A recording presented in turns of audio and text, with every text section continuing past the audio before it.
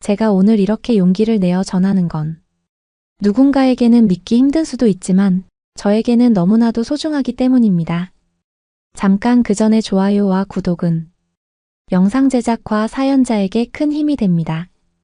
안녕하세요. 저는 영국 킹스 칼리지 병원 응급의학과의 오피리아 헤이스팅스입니다. 영국 왕립의학회 최연소 펠로우라는 타이틀이 무색할 만큼 저는 지금 이 순간에도 의학의 한계를 느낍니다. 하지만 그 한계를 뛰어넘게 해준 특별한 인연이 있었죠. 그것도 지구 반대편 제가 전혀 예상하지 못했던 곳에서. 그럼 오늘의 사연 시작합니다. 런던의 이른 아침, 평소처럼 병원으로 향하는 지하철에서 이메일 한 통을 받았습니다. 서울대학교 병원 응급의료센터와의 교환 프로그램 합격 통지였죠. 창밖으로 스쳐 지나가는 흐린 하늘을 바라보며 잠시 생각에 잠겼습니다. 저는 오피리아 헤이스팅스입니다. 킹스 칼리지 병원 응급의학과 펠로우로 매일 수많은 생과 사의 갈림길에서 최선의 선택을 내리는 일을 하고 있습니다. 케임브리지 의대를 수석으로 졸업하고 29살의 나이에 영국 왕립의학회 최연소 펠로우가 되었다는 이력이 저를 대변하긴 하지만 솔직히 말하면 늘 무언가 부족하다고 느꼈습니다. 응급실에서 마주하는 환자들의 고통을 덜어주고 싶은 마음은 간절한데 영국의 전통적인 의료 시스템으로는 한계가 있다고 생각했기 때문입니다. 지난달 참석했던 국제응급의학 컨퍼런스에서 서울대학교 병원 응급의료센터의 발표를 듣고 눈이 번쩍 떠졌습니다. 효율적인 시스템과 따뜻한 환자 케어가 완벽하게 조화를 이루는 모습이 인상적이었거든요. 병원장님께 연수 신청서를 제출했을 때만 해도 큰 기대는 하지 않았습니다. 하지만 지금 제 손에는 한 달간의 연수 기회를 알리는 이메일이 들려있네요. 가슴이 두근거립니다. 킹스 칼리지 병원 응급실 의사 라운지는 평소와 다름없이 커피향으로 가득했습니다. 연수 소식을 전하자 라운지의 분위기가 순식간에 바뀌었습니다. 커피잔을 들던 손이 멈추고 담소를 나누던 목소리가 잦아들었죠. 한국이라고? 서울대학교 병원? 레지던트 교육을 담당하는 스미스 박사가 믿을 수 없다는 듯 되물었습니다. 동료들의 반응은 대부분 비슷했습니다. 겉으로는 축하한다고 하면서도 그들의 눈빛에서는 왜 하필 한국이냐는 의문이 역력했죠. 특히 30년 경력의 수석 자문의 윌리엄 박사는 그의 트레이드마크인 금태 안경을 치켜올리며 날카로운 시선을 보냈습니다. 오피리아, 자네는 우리 병원의 자랑이자 영국 왕립의학회 최연소 펠로우일세. 유럽이나 미국의 어느 유수 병원이든 문이 활짝 열려 있을 텐데. 윌리엄 박사는 잠시 말을 멈추더니 이내 쓴웃음을 지으며 말을 이었습니다. 굳이 아시아까지 가서 배울 게 있을까? 자네 경력에 도움이 될지 의문이네. 라운지의 공기가 순간 얼어붙었습니다. 다른 의사들도 윌리엄 박사의 말에 은근히 동조하는 눈치였죠. 저는 그들의 편견 어린 시선을 고스란히 받아내며 속으로 쓴웃음을 삼켰습니다. 하지만 저는 확신이 있었습니다. 현대의학의 발전은 서구권의 전유물이 아니라고 생각했거든요. 오히려 다른 문화권의 장점을 받아들이고 융합할 때 더 나은 의료 서비스가 가능하다고 믿었습니다. 연수 준비는 숨 가쁘게 진행되었습니다. 한국어 기초회화부터 서울대학교 병원의 의료 시스템 연구까지 매일 밤늦게까지 공부했습니다. 특히 인상 깊었던 건 한국의 응급실 운영 방식이었습니다. 영국의 체계적인 시스템도 좋지만 때로는 너무 경직되어 있다는 생각을 하곤 했거든요. 반면 한국은 효율성과 유연성을 동시에 갖추고 있었습니다. 출발 전날 밤 런던 브릭스턴의 제 아파트 창가에 서서 밤하늘을 바라보았습니다. 내일이면 저는 전혀 다른 세상을 경험하게 될 테죠. 설렘 반 두려움 반의 감정이 몰려왔습니다. 하지만 이런 도전이야말로 제가 의사가 된 이유라고 스스로를 다독였습니다. 짐을 정리하면서 우연히 책장에서 의대 시절 졸업 앨범이 눈에 띄었습니다. 첫 페이지에는 히포크라테스 선서가 적혀 있었죠. 나는 환자의 건강과 생명을 첫째로 생각하겠노라. 이 선서를 읽으며 다시 한번 마음을 다잡았습니다. 의사로서 더 나은 치료 방법을 찾아 나서는 것, 그것이야말로 제가 해야 할 일이니까요. 한국행 비행기 티켓을 손에 쥐고 있으니 이제야 실감이 납니다. 12시간의 비행 끝에 저는 서울에 도착하겠죠. 그곳에서 어떤 경험들이 저를 기다리고 있을까요? 인천공항에 도착했을 때의 첫 느낌을 아직도 생생히 기억합니다. 런던과는 전혀 다른 공기, 낯선 한글 문자들, 그리고 어디선가 흘러나오는 K-팝 음악까지. 마치 다른 세계에 발을 들인 것 같았습니다. 서울대학교 병원 응급의료센터에서의 3주는 제 의료관을 완전히 바꿔놓았습니다. 첫날부터 충격의 연속이었죠. 심정지 환자가 들어왔을 때의 일이 특히 기억에 남습니다. 영국이었다면 단계별 프로토콜을 하나하나 확인하느라 몇 분이 더 걸렸을 상황에서 이곳의 의료진들은 마치 하나의 유기체처럼 움직이며 신속하게 대응했습니다. 오피리아 선생님, 여기서는 골든타임을 놓치면 그게 바로 환자의 생명과 직결됩니다. 백강호 교수님의 말씀이 아직도 귓가에 생생합니다. 가장 인상 깊었던 건 의사와 환자 사이의 관계였습니다. 영국에서는 상상도 못할 일들이 여기서는 자연스럽게 일어났죠. 의사가 직접 환자 가족을 안아주며 위로하고 퇴원하는 환자가 의료진에게 포옹으로 감사를 표현하는 모습까지. 처음에는 불필요한 감정적 개입이라고 생각했지만 그것이 오히려 치료 효과를 높인다는 걸 깨달았습니다. 중증외상센터의 시스템은 제가 익히 봐온 영국의 그것과는 차원이 달랐습니다. 외상팀 활성화부터 수술실 준비까지 모든 과정이 마치 정교한 시계처럼 맞물려 돌아갔죠. 윌리엄 박사가 보셨다면 분명 놀라워하셨을 겁니다. 선생님, 이게 바로 우리가 자부심을 갖는 골든아워 시스템입니다. 정영희 간호사님의 설명을 들으며 저는 깊이 고개를 끄덕였습니다. 특히 인상적이었던 건 의료진들의 끊임없는 소통이었습니다. 영국의 수직적인 의사결정 과정과는 달리 여기서는 모든 직급의 의료진이 자유롭게 의견을 제시했죠. 그리고 그 과정에서 나온 결정들은 놀라울 정도로 정확했습니다. 윌리엄 박사의 우려와는 정반대로 배울 것들이 너무나 많았습니다. 마지막 주말 병원 근처 카페에서 여유롭게 커피를 마시며 지난 3주를 되돌아보고 있었습니다. 창밖으로 보이는 거리에서 우연히 유기동물 입양 캠페인 현수막을 발견했죠. 왠지 모를 끌림이 느껴져 발걸음을 옮겼습니다. 보호소는 예상과 달리 깨끗하고 정돈되어 있었습니다. 수많은 개와 고양이들이 각자의 공간에서 지내고 있었는데 유독 한 마리가 제 시선을 사로잡았습니다. 구석 쪽 케이지에서 조용히 앉아있던 진돗개였죠. 아, 가온이를 보고 계시네요. 보호소 직원 박소연 씨가 다가와 말을 걸었습니다. 특별한 친구예요. 전직 산악구조대 근무개였다고 해요.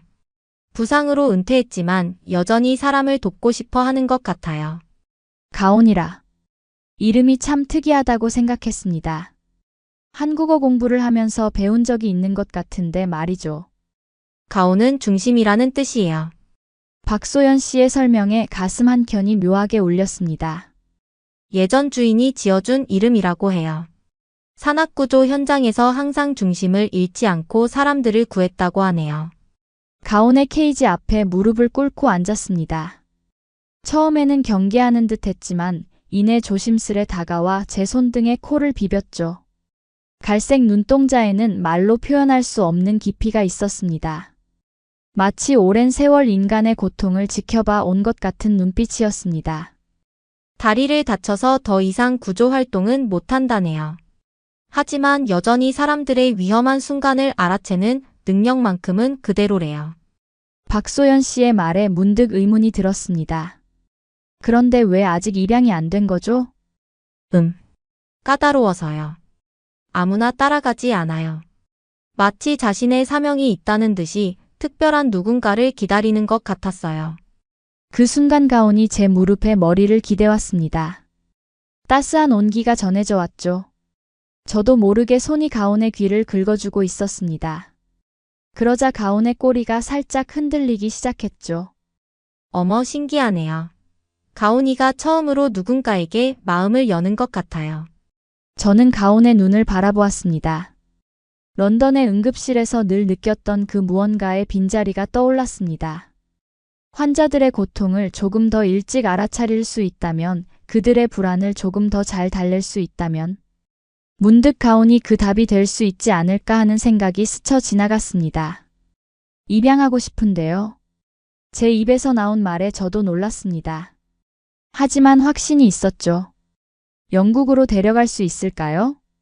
박소연 씨의 표정이 밝아졌습니다. 물론이에요. 검역 절차가 좀 까다롭긴 하지만 불가능한 건 아니에요.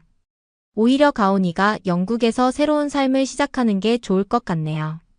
입양 서류를 작성하는 내내 가온은 제 곁을 떠나지 않았습니다. 마치 오래전부터 이 순간을 기다려왔다는 듯이 말이죠. 그때 윌리엄 박사의 말이 다시 한번 떠올랐습니다.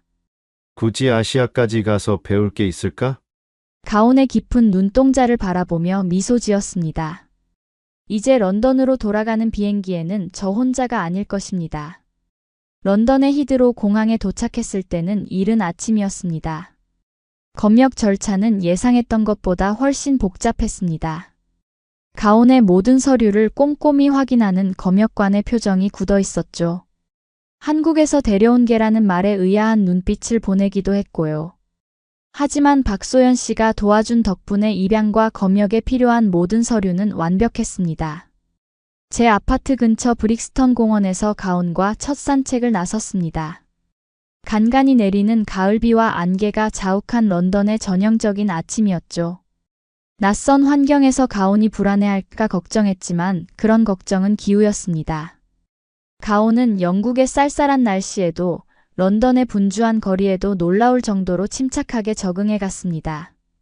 월요일 병원으로 복귀하자마자 의료진들의 시선이 따가웠습니다. 제가 진돗개를 데리고 왔다는 소문이 이미 퍼져 있었나 봅니다. 감염관리위원회 의장인 맥도널드 박사가 제 사무실로 찾아왔습니다. 오피리아, 자네가 개를 데리고 왔다고 들었네. NHS의 위생관리 기준을 알면서도 그런 시도를 하다니 놀랍군. 맥도널드 박사의 목소리에는 실망감이 묻어 있었습니다. 동물이 병원 내 감염에 미치는 영향에 대해서는 이미 많은 연구가 있습니다. 적절한 관리 하에서는 제 설명을 끝까지 듣지도 않고 맥도널드 박사는 고개를 저었습니다. 규정은 규정이야. 동물은 절대 병원 내부에 들어올 수 없네. 그날 오후 병원 이사회에서 온 이메일은 더욱 냉정했습니다. 영국 왕립의학회 펠로우로서 비과학적인 시도는 삼가라는 내용이었죠. 마치 제가 의학의 기본을 망각한 사람처럼 취급하는 듯 했습니다. 하지만 저는 포기할 수 없었습니다. 점심시간과 당직이 끝난 후에는 병원 정원에서 가온과 시간을 보냈습니다. 노트북을 펴고 가온의 행동을 관찰하며 꼼꼼히 기록했죠. 특히 가온이 보이는 특별한 반응들이 흥미로웠습니다. 어느 날은 정원 벤치에 앉아있던 중 갑자기 가온이 안절부절 못하더니 병원 입구 쪽을 응시했습니다. 5분 뒤 그곳에서 한 환자가 갑작스러운 발작을 일으켰죠. 의료진이 달려오기도 전에 가온이 먼저 알아챈 겁니다. 소아과 병동의 창가 근처에서는 더욱 놀라운 일이 일어났습니다. 항암 치료로 지친 아이들이 가온을 보며 처음으로 미소를 지었다는 소식을 간호사들에게 전해 들었습니다. 창문 너머로 가온을 바라보는 아이들의 표정이 밝아지는 걸 직접 목격하기도 했고요. 저 개가 특별한 능력이 있는 건가요? 소아과의 토마스 박사가 물었습니다. 우리 병동의 제이크. 6개월 동안 말 한마디 없던 아이가 저 개를 보더니 갑자기 말문을 열었어요. 하지만 이런 긍정적인 반응에도 불구하고 고위 의료진들의 태도는 완강했습니다. 특히 응급의학과 과장인 피터슨 박사는 복도에서 마주칠 때마다 날카로운 눈빛을 보냈습니다. 오피리아, 자네가 이런 식으로 나온다면 앞으로 자네의 커리어에도 좋지 않을 걸세. 위협처럼 들리는 말이었지만 저는 가온을 바라보며 힘을 얻었습니다. 매일 밤 연구 일지를 정리하면서 가온이 보여주는 특별한 순간들을 기록했습니다. 언젠가는 이 기록들이 의미 있는 결과로 이어질 거라 믿었죠. 런던의 차가운 비가 내리는 어느 저녁, 병원 정원의 벤치에 앉아 지친 마음을 달래고 있을 때였습니다. 가온이 다가와 제 무릎에 머리를 기대었습니다. 그 따뜻한 온기가 제게는 큰 위로가 되었습니다. 어쩌면 환자들도 이런 위로를 받고 있는 걸지도 모르겠다는 생각이 들었습니다. 매일 밤 연구 일지를 정리하는 일이 제 일상이 되었을 무렵 뜻밖의 이메일을 받았습니다. BBC 의료 전문 기자 사라 톰슨이었죠. 얼마 전 소아과 환자의 부모가 SNS에 올린 게시물을 보고 연락했다고 했습니다.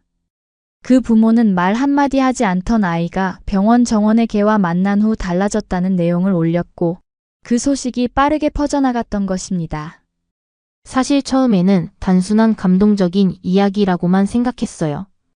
하지만 알아보니 오피리아 박사님께서 영국 왕립의학회 최연소 펠로우시더군요.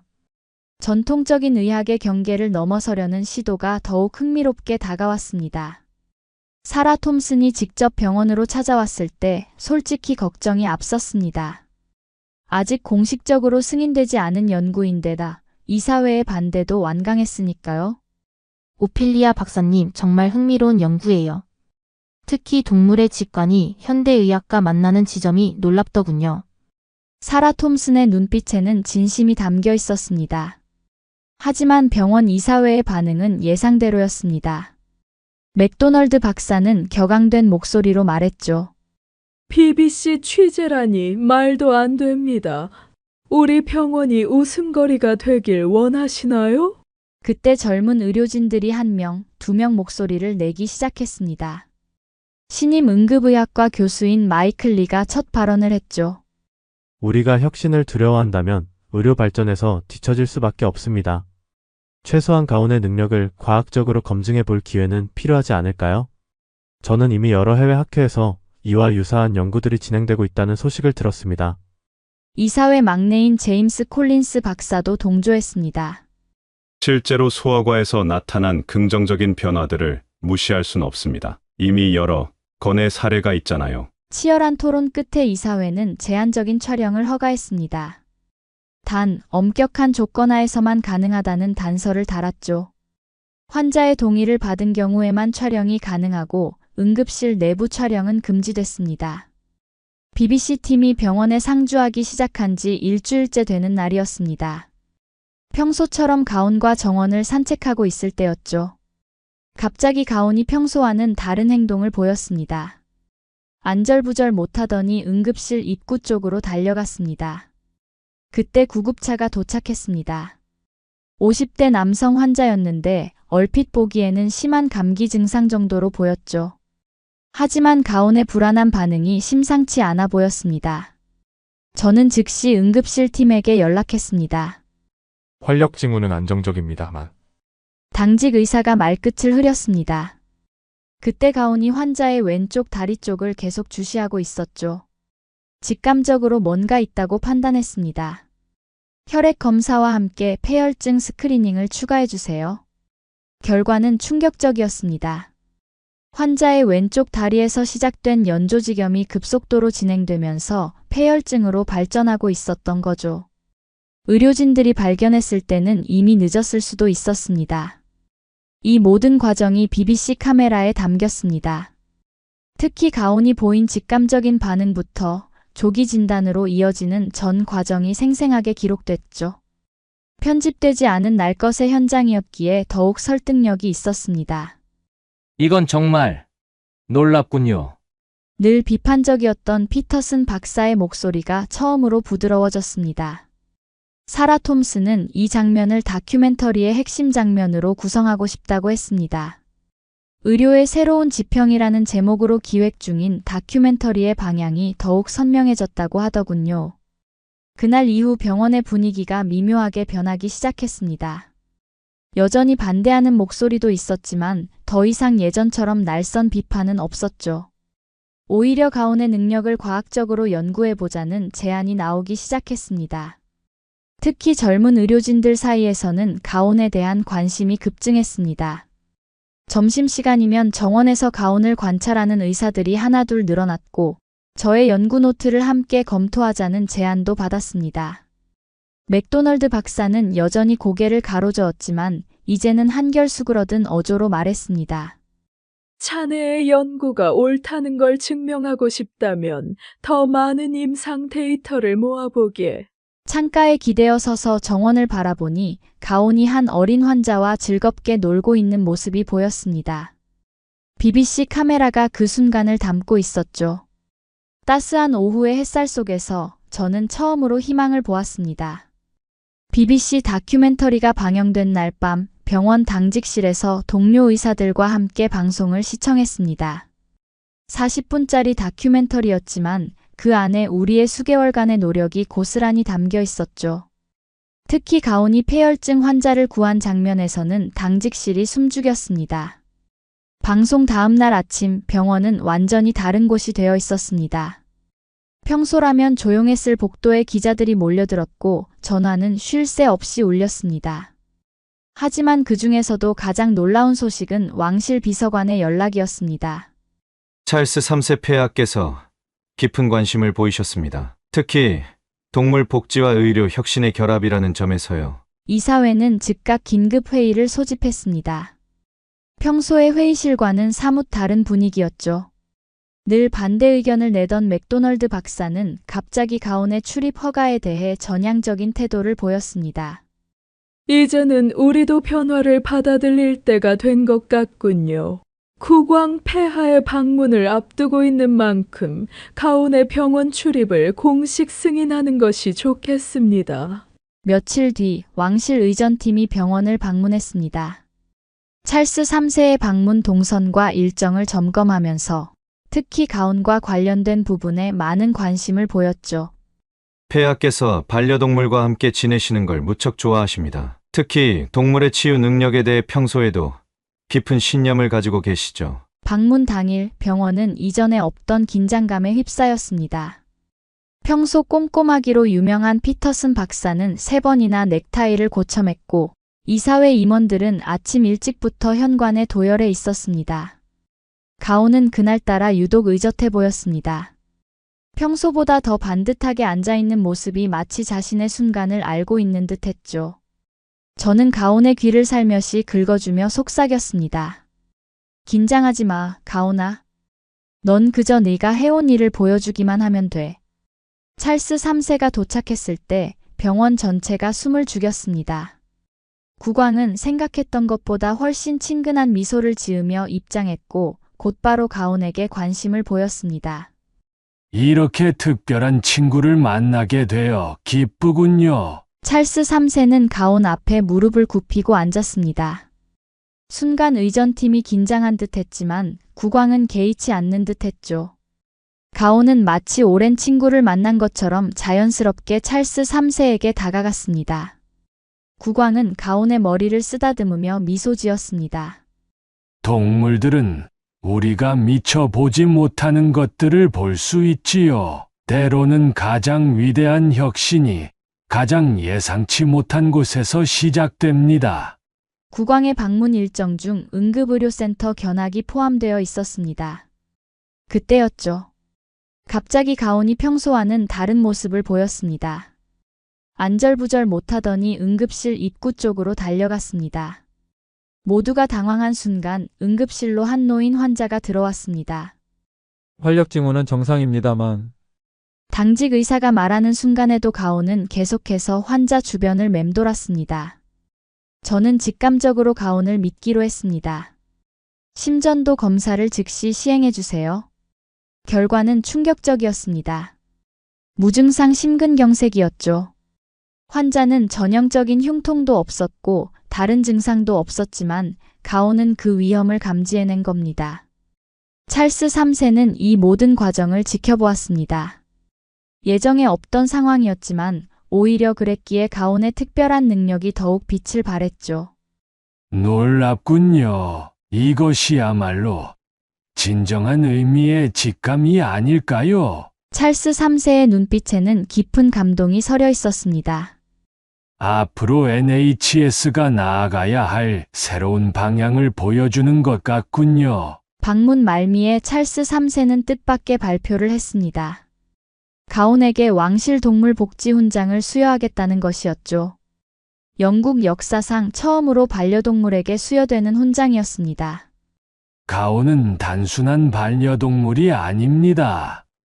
의료 혁신의 선구자이자 인간과 동물의 유대가 가진 무한한 가능성을 보여주는 상징이죠. 훈장 수여식이 진행되는 동안 저는 문득 처음 가온을 만났던 서울의 보호소를 떠올렸습니다.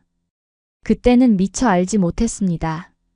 제가 데려온 것이 단순한 반려견이 아니라 의료의 새로운 지평을 여는 동반자가 될 거라는 것을. 찰스 3세의 방문 이후 킹스 칼리지 병원은 완전히 달라졌습니다. 매주 화요일 아침 회진에서 가온은 당당히 의료진과 함께했고 응급실에서도 더 이상 누구도 가온의 존재를 의심하지 않았습니다. 이사회는 긴급회의를 열어 동물 매개 치료 프로그램을 정식으로 승인했습니다. 맥도널드 박사는 제게 직접 찾아와 사과했죠. 지난 시간 동안 완고했던 점 사과하네. 오피리아, 자네는 우리에게 의학의 새로운 가능성을 보여주었어. NHS 본부에서도 연락이 왔습니다. 영국 전역의 주요 병원들을 대상으로 치료견 도입을 위한 시범 프로그램을 검토하기 시작했다는 소식이었죠. 가온의 이야기는 단순한 성공 사례를 넘어 영국 의료계 전체의 변화를 이끌어내고 있었습니다. 특히 인상 깊었던 건 젊은 의대생들의 반응이었습니다. 의과대학 강의에 초청받은 날 강의실은 입추에 여지없이 가득 찼습니다. 가온과 함께 들어서자 모두가 일제히 일어나 박수를 보내더군요. 오피리아 박사님, 저도 나중에 동물 매개 치료를 전공하고 싶습니다. 한 학생의 말에 저는 깊은 감동을 받았습니다. 우리의 도전이 다음 세대에게 새로운 꿈이 되어가고 있었던 거죠. 응급실에서의 일상도 달라졌습니다. 환자들은 이제 가온을 보면 반가워합니다. 특히 소아 응급실에서는 가온이 없는 당직을 상상할 수 없게 되었죠. 아이들은 주사 맞기 전에 꼭 가온을 찾았고 가온은 그때마다 충실히 아이들 곁을 지켰습니다. 한국에서도 연락이 왔습니다. 서울의 유기견 보호소에서 일하는 박소연 씨였죠. 가온이가 영국 왕실에서 훈장까지 받았다는 소식을 들었어요. 정말 자랑스럽습니다. 박소연 씨의 말에 저는 문득 생각했습니다. 가온의 성공은 단순히 한 마리 개의 성공이 아닙니다. 이것은 한국과 영국이라는 두 나라가 만들어낸 특별한 협력의 상징이었죠. 한국의 진돗개가 가진 타고난 충성심과 영국의 의료 시스템이 만나 새로운 가능성을 열어낸 것입니다. 피터슨 박사는 이제 매일 아침 가온을 보면 미소 짓습니다. 처음에는 내가 얼마나 편협했는지 모르겠네. 때로는 가장 오래된 진리가 가장 새로운 혁신이 될 수 있다는 걸 가온이 가르쳐 줬어. 어느 날 밤 평소처럼 가온과 함께 당직을 서고 있을 때였습니다. 갑자기 들려온 구급차 사이렌 소리에 가온이 벌떡 일어났죠. 저는 이제 망설임 없이 가온의 판단을 신뢰합니다. 가온도 제 곁에서 늘 한결같은 모습으로 환자들을 지켜봅니다. 응급실 복도벽에는 얼마 전 새로 걸린 액자가 있습니다. 찰스 3세가 가온에게 훈장을 수여하는 순간을 담은 사진이죠. 그 아래에는 작은 명패가 있습니다. 혁신은 때로 네 발로 걸어올 수 있다. 요즘 영국의 여러 병원에서 치료견 프로그램이 시작되고 있다는 소식이 들립니다. 물론 아직 갈 길이 멀죠. 하지만 우리는 이제 알고 있습니다. 의학의 발전이 반드시 첨단 기술만을 통해 오는 것은 아니라는 걸. 때로는 따뜻한 온기와 충실한 마음이 가장 큰 치료가 될 수 있다는 것을. 오늘도 가온은 제 곁에서 묵묵히 자신의 소임을 다하고 있습니다. 창밖으로 비치는 달빛 아래 가온의 모습이 유난히 당당해 보입니다. 마치 자신이 이루어낸 변화를 자부하듯이 말이죠. 여러분, 오늘 들려드린 사연 어떠셨나요? 한 영국 의사와 한국의 진돗개가 만나 써내려간 특별한 사연이었습니다. 서로 다른 문화, 서로 다른 언어를 가졌지만 그들은 생명을 살리고자 하는 하나의 마음으로 이어졌죠. 작은 유기견 보호소에서 시작된 가온이 영국 왕실이 인정한 의료 혁신으로 피어난 순간, 저도 이 사연을 전해드리면서 몇 번이나 가슴이 뭉클해졌는지 모릅니다. 우리의 진돗개가 가진 충직함과 영리함은 어쩌면 우리 민족이 대대로 이어온 정서의 산물인지도 모르겠습니다.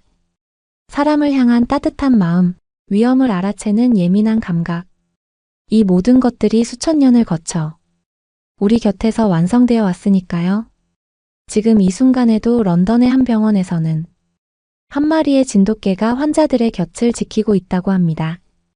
그 모습을 상상하니 절로 미소가 지어지네요. 외국의 병원에서 우리의 진돗개가 새로운 의료의 지평을 열어가고 있다는 게 참 자랑스럽지 않으신가요? 때로는 가장 위대한 혁신이 가장 순수한 마음에서 시작된다는 걸 보여주네요.